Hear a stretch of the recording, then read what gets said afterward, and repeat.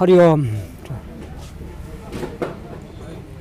मा खालामनो जोंनि बयनिबो गोनांथार सोरगोआरि बुद्धेस्वर दैमारिया मैया हरनि 8 रिंगायाव रुंसारि जालांबाय। बिथाङा गावनि फरायनायजों लोगोसे जोंनि बे सिखनजरा ओनसोलनि गोबां गाहाम खामानि मावलांदों, समाज सिबिलांदों। दा बिथाङा गिबि आंनि मिथिनायाव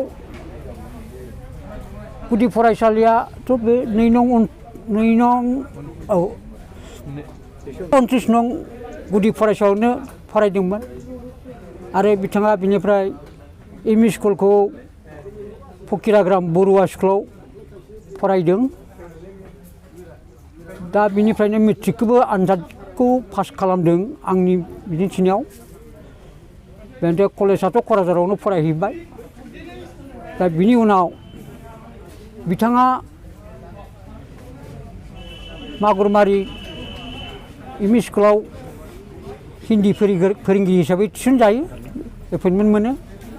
दा बिनिफ्राय मावनानै बिथाङा गोबां बिदिनो ओनसोलावबो जोंनि सिखनजरा ओनसोलाव एस.के. जेवारि एम इ स्कुल बे खुलिनायाव बर' मिडियाम हिसाबै बहायबो गोबां बिथाङा लोब्बा दंमोन, मदद होदोंमोन।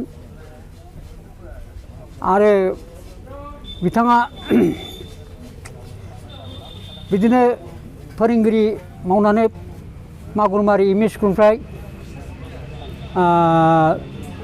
2011 मायथाइयाव आजिरा मोनो आरो बिथाङा दिनैसिम माने 71 बोसोर जाबाय। दा बिथाङा समाजनि गोबां खामानि मावनायाव मदद होबोदों। धोरोम सिबिनायावबो जोबोद मोजांमोन। थारैनो मख'नो थाङोबा बुंनो थाङोबा जोंनि बे राभापारा बेवहाय आर्य ऋषि सनातन धोरोम दं, सिद्ध जगाश्रम। बिथांमोना बहायनिफ्राय जोंनि आफा सदगुरु सनेस्वर ब्रह्मचारिनिफ्राय धोरोम दिक्षा लानानै बिथाङा पुर'हितनि खामानिखौबो गोबां मावबोदों। दा रुंसारि जाजासिम बिथाङा पुर'हितनि खामानि मावबोनानै जोंनि बे ओनसोल आरो गुबुन ओनसोलाव धोरोमनि फारसे संस्कार लाबोदों। बे जाबाय बिथांनि धोरोम सिबिलांनाय।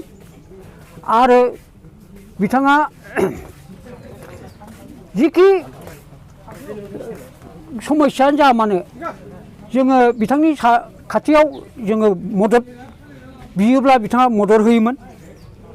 आरो बिथाङा सिगां बर' साहित्य सभानि जेब्लानाखि जोंना क'क्राझार प्राइमारिमोन बे समाव बिथाङाबो आफादगिरिना सेक्रेटारि बेबायदि बिबान लानानै मावदों। दा बिदिनो बोसोरै बे बर' थुनलाइनि 15 नभेम्बर फालिनायाव जोङो क'क्राझारावनो थांनानै फालिफा हैयोमोन। बे समाव जोंहा बनरगाव प्राइमारिजों लोब्बा गैथ'मोन। बै रमान स्क्रिप्ट 1974 बे समनिफ्रायसो बनरगावआव प्राइमारि दानाय हिसाबै बनरगाव प्राइमारियाव जोंनि साहित्य सभा लोब्बा लाफादोंमोन आरो। दा बिदिनो बिथाङाबो बे रमान स्क्रिप्ट आन्दलनाव गोबां खामानि मावलांदों। आरो बिथाङा बे समाव माने जरदार आन्दलनाव हेफाजाब होफादोंमोन। दा बिदिनो फैयै बिथाङा दिनै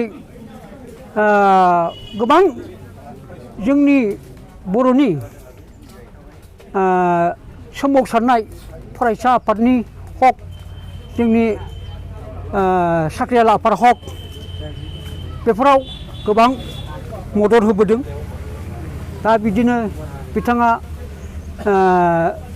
फोरोंगिरिबाबो राजनितिकआव बा ओरैनो जायगा बिसेसै गावनि रोंगौथिजों गावनि बुजिनायजों जोंनि जायगाखौ माने जाहाथे मदद होबोदोंमोन आरो गोबां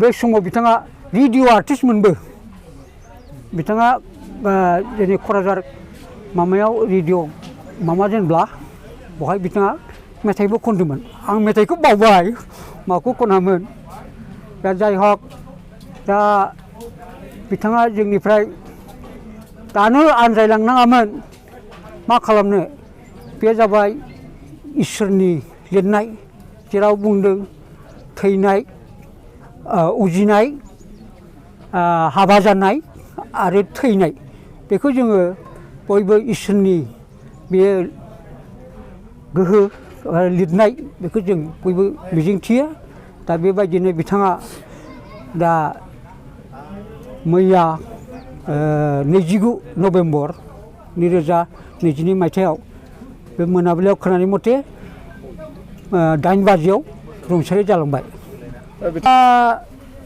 बिथाङा बिदिनो बे धोरोम लानो धोरोमाव जोंहा बै एकदम अरुणाचल बर्डार सिजौसा होननाय दङ बेवहाय शिब मन्दिर गायसननानै दङ मोनसे दा बेवहाय बे शिब मन्दिराव प्रत्येक बोसोरनि 1 जानुवारियाव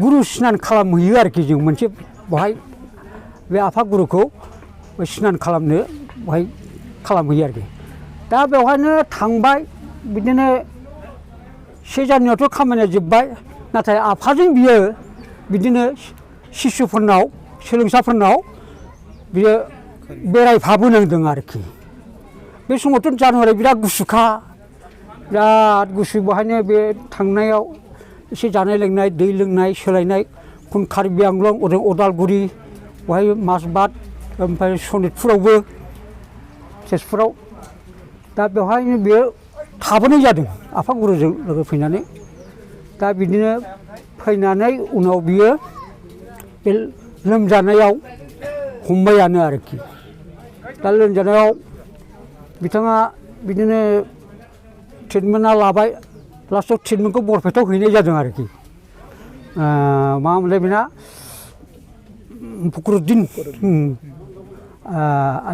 आलिमानि हस्पिटालाव बेवहाय दा बेवहाय एसे बिदिनो कभिड बे समाव कभिड एसेबो दङ नालाय कभिड मोननाय बेखौबो माबानानै थेवबो ट्रिटमेन्टखौ उनाव बाव लानानै हामनानै फैबाय आरो हामनानै फैनानै दा बियो उनाव बिदिनो मोजाङैनो सोलिगासिनो दंमोन आरो दा बिदिनो मानसिनि देहा बबे समाव मा जायो हयथ' बबेबा समाव जानाय लोंनायाव एसे माबा जाबाय दा बेबायदि हिसाबै बिनि एसे ट्रिटमेन्ट लानांगौ माबाया बेनोमोन आरोखि बेमाराव गोलैनाया